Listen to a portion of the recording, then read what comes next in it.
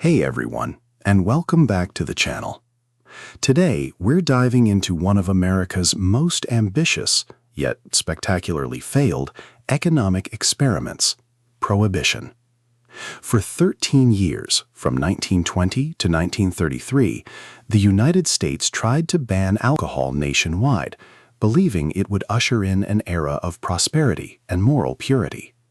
What actually happened was a financial maelstrom that shattered legitimate industries, birthed criminal empires, and taught America a harsh lesson about the power of market forces. Get ready, because the story of the noble experiment is anything but noble. The seeds of Prohibition were sown decades earlier, fueled by the temperance movement, which painted alcohol as the root of societal ills, poverty, crime, and domestic abuse. By the early 20th century, this moral crusade had gained significant political momentum. Advocates saw the upcoming Great War as an opportunity, arguing that grain should be used for food, not booze. Finally, in January of 1920, the 18th Amendment to the U.S. Constitution took effect, making the manufacture, sale, or transportation of intoxicating liquors illegal across the entire country. This wasn't just a constitutional amendment, it was soon followed by the Volstead Act, which provided the actual legal framework for enforcement. From the start, the government faced an impossible task. How do you regulate something millions of Americans deeply desired and had freely consumed for generations? The law was designed to dry up the nation, but it instead created a vacuum, a massive economic opportunity just waiting to be filled. And fill it, opportunistic individuals and groups would, transforming the American economic landscape. The immediate impact on legitimate businesses was devastating. Breweries, distilleries, and winemakers, many with generations of history, were forced to shut down or radically retool. Think about the entire ecosystem: farmers who grew hops and barley, glassmakers who manufactured bottles, barrel makers, truck drivers, saloon owners, and their employees, an entire sector of the American economy employing hundreds of thousands of people and generating substantial tax revenue evaporated overnight. This wasn't just a moral stand, it was an economic wrecking ball. Estimates suggest over 1,000 breweries closed, along with tens of thousands of saloons. Jobs vanished. Local and state governments, previously reliant on alcohol taxes, suddenly faced massive budget shortfalls. It was a classic example of unintended economic consequences. The government had effectively created an overnight demand shock, eliminating the supply side of a multi-billion-dollar industry without accounting for the subsequent ripple effects.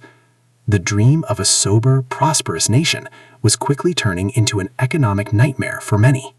But where there's demand, supply always finds a way. And with the legitimate market gone, an illicit one exploded into existence. Enter the bootleggers. These daring entrepreneurs, initially small-time operators, quickly scaled up, smuggling alcohol from Canada, Mexico, and the Caribbean.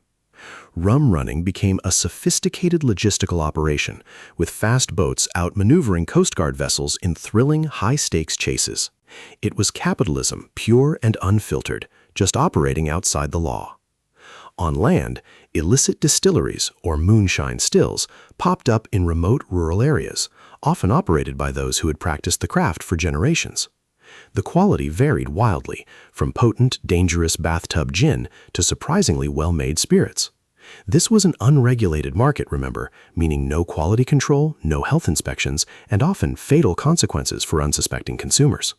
The profits, however, were astronomical, drawing in more and more daring individuals eager for a piece of the action. With bootlegging came the speakeasies. These secret underground bars became the social hubs of the era, replacing the old saloons. You needed a password or a secret knock to get in, adding to the allure.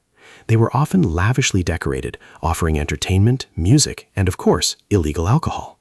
Unlike the male-dominated saloons, speakeasies were socially liberating, attracting both men and women, forever changing American nightlife and creating new economic opportunities for musicians, entertainers, and service staff.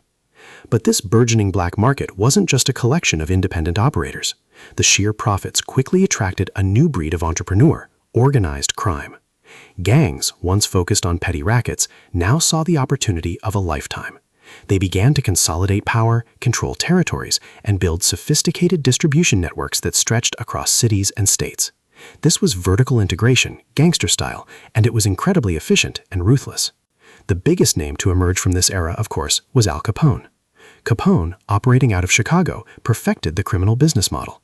He controlled distilleries, breweries, trucking routes, and hundreds of speakeasies. He wasn't just selling alcohol, he was building a vast, integrated empire. His annual income during the height of Prohibition was estimated to be around $100 million, an astonishing sum for the time, equivalent to billions today.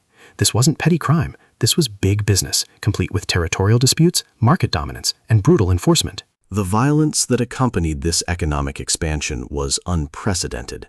Rival gangs fought bloody wars over territory, distribution routes, and control of the lucrative alcohol trade. The infamous St. Valentine's Day Massacre in 1929, orchestrated by Capone's gang against his rivals, shocked the nation. It was a brutal demonstration of the raw power and ruthlessness needed to dominate the illicit market. The unintended consequence of Prohibition was the empowerment of criminal enterprises through immense wealth and organized violence. It wasn't just violence. Corruption became endemic.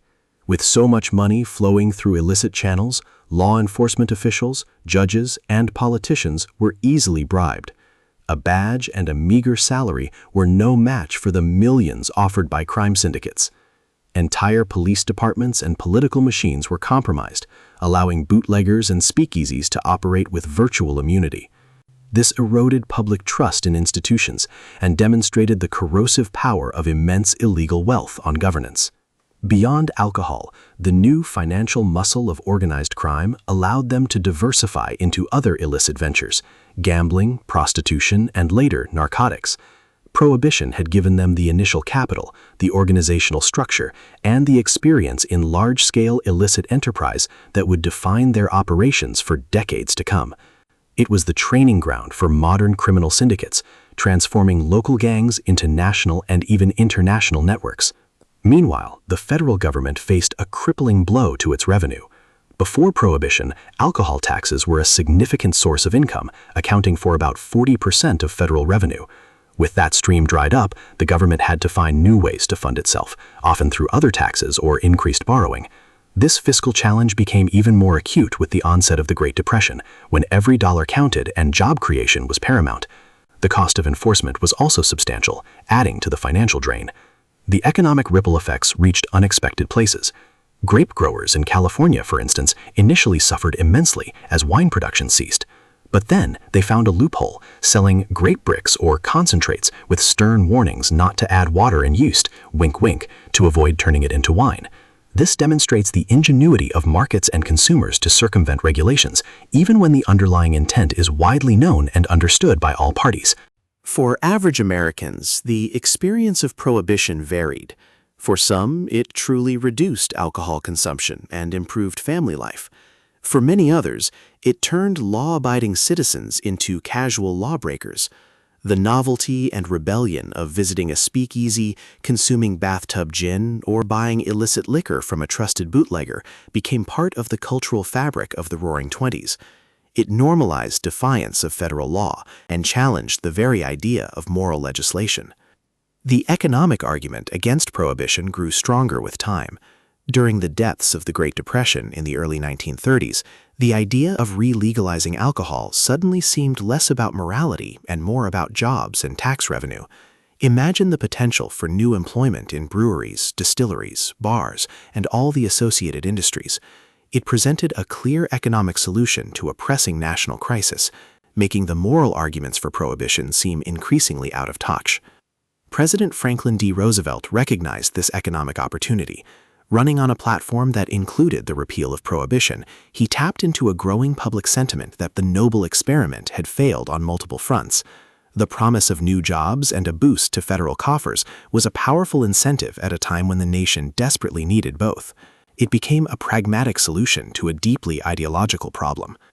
The 21st Amendment, ratified in December of 1933, officially repealed the 18th Amendment, making it the only time in U.S. history a constitutional amendment has been overturned. The cheers that greeted its passage were not just for the freedom to drink, but for the economic relief it promised. The repeal marked the end of an era, but the financial and social scars of Prohibition would linger for decades. Almost immediately, legitimate alcohol industries began to rebuild. Breweries and distilleries reopened, creating jobs and injecting capital back into the economy. States once again collected substantial tax revenues, providing much-needed funds for public services. The illicit economy, while not disappearing entirely, saw its market dramatically shrink, as consumers could now purchase legal, regulated, and often cheaper alcohol. This re-legitimization was a significant economic stimulus during a challenging period. However, the legacy of Prohibition's economic impact was complex. The organized crime syndicates that had thrived during the dry years didn't simply vanish. They had amassed immense wealth, developed sophisticated structures, and diversified their rackets. While alcohol became legal, these groups pivoted to other illicit activities, retaining their power and influence. Prohibition had, inadvertently, professionalized and enriched criminal enterprises on a scale unimaginable before 1920. The federal government's role in law enforcement also expanded dramatically during Prohibition.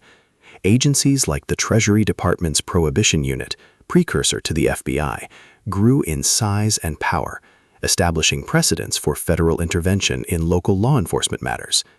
This shift in federal authority, initially driven by the need to enforce an unpopular law, had lasting implications for the balance of power between states and the national government, continuing to shape economic regulation.